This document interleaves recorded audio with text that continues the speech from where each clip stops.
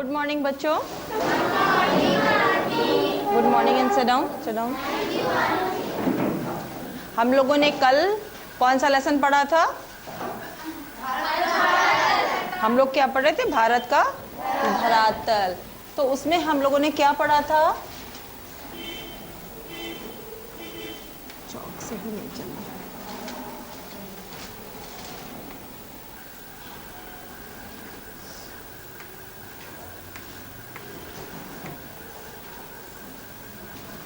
हम लोगों ने कल पढ़ा था भारत को उसकी भौगोलिक बनावट के आधार पर हमने इसको कितने भागों में बांटा था? चार भागों में बांटा था। पहला कौन सा था? हाँ, उत्तर का पर्वतीय भाग, दूसरा मध्य, दूसरा हम लोगों ने बताया था मध्य का विशाल मैदान। दूसरा कौन सा भाग था?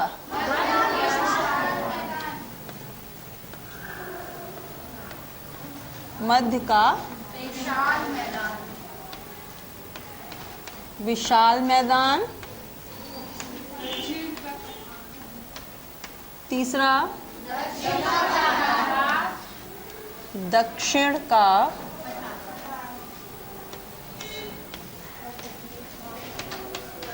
और चौथा कौन सा भाग था?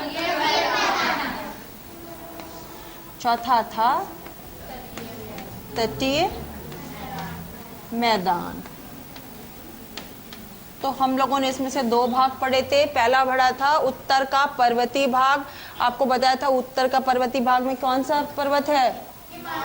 हिमालय। ठीक। उसके बाद हमने क्या बताया था? मध्य का विशाल मैदान। ये मध्य का विशाल मैदान बताया था, ये जहां हम लोग भी किस भाग में हैं? मैदान में ही हम लोग भी रहते हैं। ठीक। तो मध्य का विशाल मैदान ये भी बताया था। यहाँ सबसे ज्यादा अधिक जनसंख्या यही निवास करती है। क्यों? यहाँ जीवन जीने के लिए जो सुविधाएं चाहिए होती हैं वो सारी यहाँ होती है, इसीलिए इस वाले भाग का दिन पर दिन विकास होता जा रहा है। ठीक। दो भाग हम लोगों ने पढ़ लिए थे। अब आज हमको क्या पढ़ना है? दक्षिण का पठार।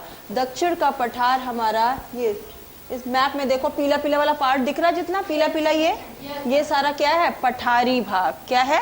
पठारी भाग। तो ये किस आकार में आपको लग रहा है? देखो इस तरह से, ये कौन सा आकार लग रहा है? इस तरह से हल्का हल्का अगर देखें तो ये त्रिभुज का आकार। पढ़ा है मैथ्स में कैसे? तीन कोने जैसे हैं, ये देखो ऐसे आ रहा है, तो ये त्रिभुज के आकार के लगभग है। और ये हमारे देश का सबसे पुराना भूभाग है, प्राचीनतम। प्राचीन मीन्स पुराना। ठीक। और इसमें हम लोगों को क्या क्या देखिए आप मैप में, यहाँ दिखाई दे रहा है, ये नीचे वाला जो पोर्शन है यहाँ पर, ये हमारा है दक्कन का पठार। कौन सा है? दक्कन का पठार। इसके बाद दूसरा हमारा इसमें है, ये इसके ऊपर यहाँ दो नदियां हैं, देखो कौन कौन सी हैं? ये यहाँ से बहती हैं नर्मदा। नर्मदा नदी का नाम सुना है? और उसके ही नीचे से कौन सी नदी है? तापी नदी। ठीक। तापी नदी है ना। इसके ऊपर कौन सा पठार है? यहाँ अरावली की पहाड़ियां हैं, और उसके इधर ये उत्तर पश्चिम में, इन दोनों नदियों के उत्तर पश्चिम में मालवा का पठार। कौन सा पठार है? मालवा का पठार। एक और पठार, और इसके मालवा के पठार के उत्तर में बघेलखंड और बुंदेलखंड क्षेत्र हैं। अब इसी के और इधर की तरफ हम आएंगे छत्तीसगढ़ के पास, तो यहाँ एक और पठार है, वो है छोटा नागपुर का पठार। या कौन सा पठार कहलाएगा? छोटा नागपुर का। यहाँ पर एक ज्वालामुखी का भी पठार पाया जाता है। ठीक। ये सबसे पुराना भूभाग है हमने बताया। और ये किसके बीच में? ये वाले हमारा पश्चिमी घाट हैं और ये पूर्वी घाट। ये हमने आपको दिशाएं बताई थी, ये कितनी पूरब है ना, और ये क्या है? पश्चिम। ये वाला पार्ट बेटा पश्चिम, पूरब, पश्चिम, उत्तर, दक्षिण। तो ये वाला पश्चिमी घाट है और यहाँ पर पूर्वी घाट है। ठीक है, तो इन दोनों के बीच में हमारा कौन सा पठार है? दक्कन का पठार है। ठीक, दक्कन का पठार है। और इससे हमारे यहाँ पश्चिमी घाट पर यहाँ पर क्या है? पहाड़ है ना, और यहाँ भी पहाड़ है। ठीक है, दोनों तरफ क्या है? पहाड़ है, ऊंचे ऊंचे नीचे। और यहाँ पर बहुत अधिक वर्षा भी होती है। क्यों होती है? क्योंकि आपने जलवायु पढ़ी है। जलवायु में मानसून कहाँ से आता है? दक्षिण पश्चिम से मानसून चलता है और यहाँ पर इसीलिए बहुत अधिक वर्षा करता है। ठीक, समझ में आया इतना आपको? और आप दर्रे जानते हो क्या होते हैं? दर्रे पता है क्या होते हैं? जैसे कि कोई पहाड़ी रास्ता है, पहाड़ के उस पार जाने के लिए जो प्राकृतिक रूप से, हम लोग तो पहाड़ों में बहुत सारे रास्ते बनाते हैं, देखा है? अब तो कितने ऊंचे ऊंचे क्षेत्रों में बस भी चली जाती है, देखा है आपने, गाड़ियां जाती हैं।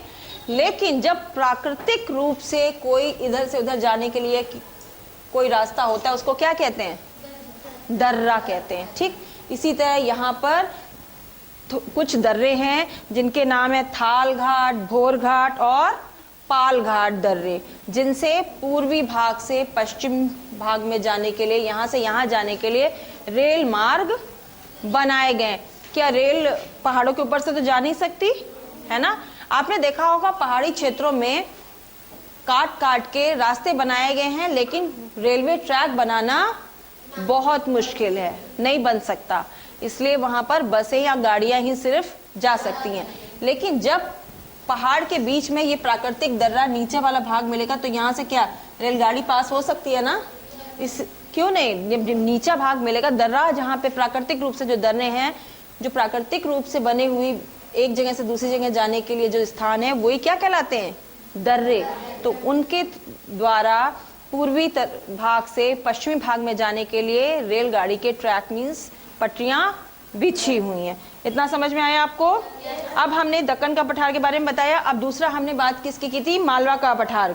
ये कहाँ है? नर्मदा नदी तथा विंध्याचल पर्वत के उत्तर पश्चिम में है। ठीक, विंध्याचल पर्वत कहाँ है? यहाँ बीच में बेटा।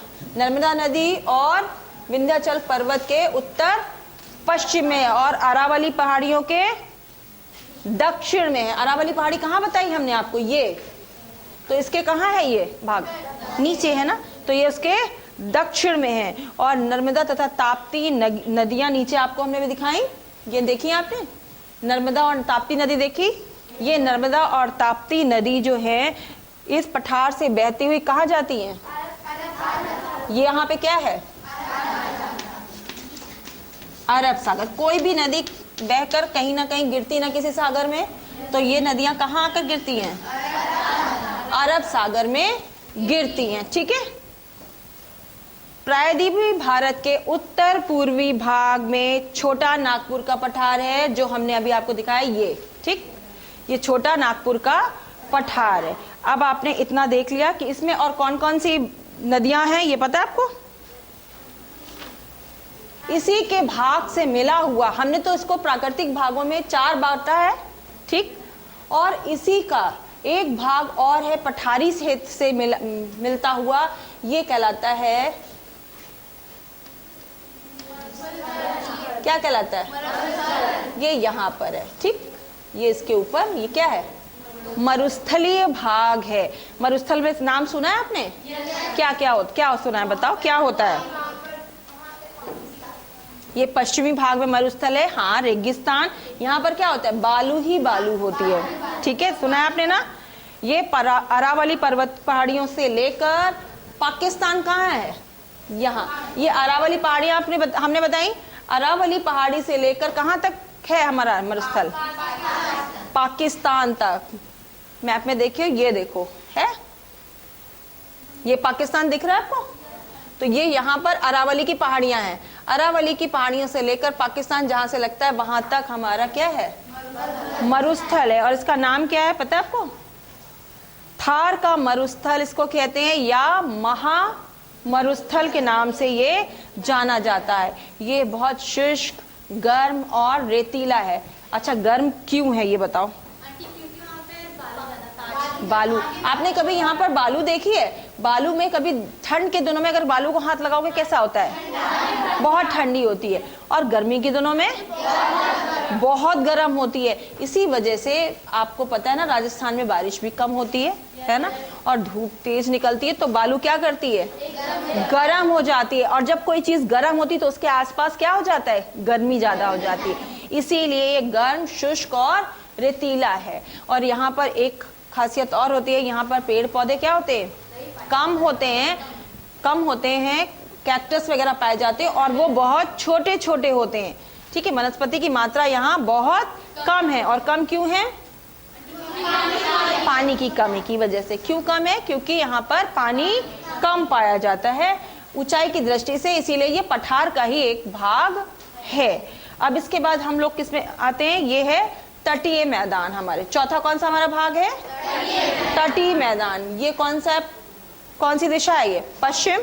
तो ये पश्चिमी तटीय मैदान हुआ। और ये कौन सा हुआ? पूर्वी तटीय मैदान। और यहाँ से हमारी कई नदियां बहती हैं। कौन कौन सी नदी है इसमें? अभी हम लोगों ने यहाँ तो देखी, नर्मदा, तापी पड़ी। इस तरफ की नदी पता है आपको कौन कौन सी हैं? महानदी है यहाँ पर, फिर गोदावरी है, कृष्णा है, कावेरी है। ये सारी नदियां यहाँ से निकलती हैं। ठीक, और ये पश्चिम वाला भाग जो तट है ये कम चौड़ा है। यहाँ पर ये वाला भाग देखो, ये दिख रहा है ग्रीन ग्रीन, ये देखो चौड़ाई कम दिख रही है, चौड़ाई कम दिख रही है। और यहाँ पर चौड़ाई ज्यादा दिख रही है। तो ये तटीय मैदान कैसे हैं? कम चौड़े हैं। और पूर्वी तटीय मैदान अधिक चौड़े हैं। और इनमें जो नदियां बहती हैं, गोदावरी, कृष्णा और कावेरी, ये यहाँ पर क्या बनाती हैं? डेल्टा। डेल्टा क्या होता है पता है आपको? यहाँ सारी नदियां अपने डेल्टा बनाती हैं। डेल्टा पता है बेटा? नहीं पता? डेल्टा नदी जब आपकी देखी ऐसे बहती है, नदी को देखा है ऐसे बह रही है मान लीजिए, ठीक, और जब नदी का स्लोप है ऐसे, ठीक, बह रही है, और जहां पर स्लोप कम हो जाता है, ढाल कम हो जाता है, जब आप पानी गिरता है देखा है कभी? अगर पानी ऐसे तिरछी चीज से यहां से गिराओ, यहां से ऐसे तिरछा गिरा, यहां से गिराया पानी, ऐसे में गिराएंगे तो क्या होगा बताओ? तुरंत ऐसे नीचे आ जाएगा। थोड़ा सा ऐसे कर देंगे तो थोड़ा धीरे आएगा, ठीक, और थोड़ा अगर ऐसे हो जाएगा तो क्या होगा? और धीरे चलेगा, ठीक। लेकिन अगर स्लोप बहुत कम है तो पानी ये धीरे धीरे जब बहता है, जब धीरे बहने लगता है तो ये कई शाखाएं बना लेता है, ठीक, ऐसे यहाँ से बहा, यहाँ से बहा। कभी पानी को मेज पे भी बहा के देखा है? कभी गिरते देखा है स्लोप पे? तो 2-3 धाराओं में बहता है, देखा है? ऐसे ही जब यहाँ पे ढाल कहीं कम हो जाता है तो इस तरह का शेप बन जाता है, ठीक। अलग अलग शाखाओं से ये पानी निकलने लगता है। तो ये क्या कहलाता है? ये भाग क्या हुआ? ये डेल्टा। तो यहाँ पर कृष्णा, कावेरी, गोदावरी और महानदी ने सबने अपने अपने डेल्टा बनाए हैं। अब पूर्वी तटीय मैदान कहाँ है? ये इधर वाला जो है, ये वाला भाग। पूर्वी तटीय मैदान में कौन सी फसल बहुत अच्छी होती है? मसालों की। मैदान में, पूर्वी तटीय मैदान में चावल की उपज सबसे अच्छी होती है। और पश्चिमी तटीय मैदानों में मसाले जानते हो ना, जो सब्जियों में हम लोग डालते हैं मसाले, लौंग, इलायची, काली मिर्च, ये सब क्या है? मसाले। इनकी उपज यहाँ पर बहुत अच्छी होती है। और एक चीज, नारियल, कहवा और रबड़ की खेती भी यहाँ पर बहुत अच्छी होती है। किधर? पश्चिमी घाट पर। तो अब हमने भारत की भौगोलिक स्थिति पूरी देखी। कितने भागों में बांटा हमने भारत को? 4 भागों में। पहला उत्तर का पर्वतीय भाग। इसकी खासियत क्या, विशेषता बताई गई हमने? क्या विशेषता थी?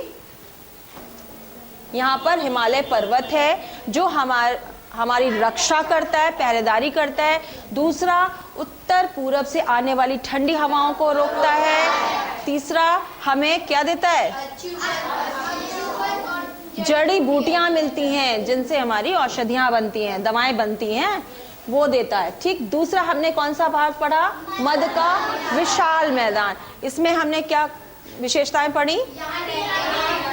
यहाँ जीवन जीने के लिए बहुत सारी सुविधाएं हैं। यहाँ की मिट्टी कृषि के लिए बहुत उपजाऊ है। और हम भारत क्या है, कृषि प्रधान देश है। तो यहाँ की अधिकतर जनसंख्या किस पर निवास करती है, किस तरह से अपना पैसा कमाती है, कृषि से। तो यहाँ की भूमि बहुत ज्यादा उपजाऊ है, इसीलिए यहाँ पर सबसे अधिक जनसंख्या निवास करती है। उद्योगों के लिए कच्चा माल भी हमें यहीं से मिलता है, इसीलिए ये वाला भाग दिन पर दिन अधिक विकास करता जा रहा है। तीसरा हमने क्या देखा, दक्षिण का पठार। इसकी विशेषता में हमने ये क्या जाना कि ये भारत का सबसे प्राचीन भूभाग है। ठीक, देखा आपने कौन कौन से पठार हैं इसमें, दक्कन का पठार है, फिर उसके बाद मालवा का पठार है।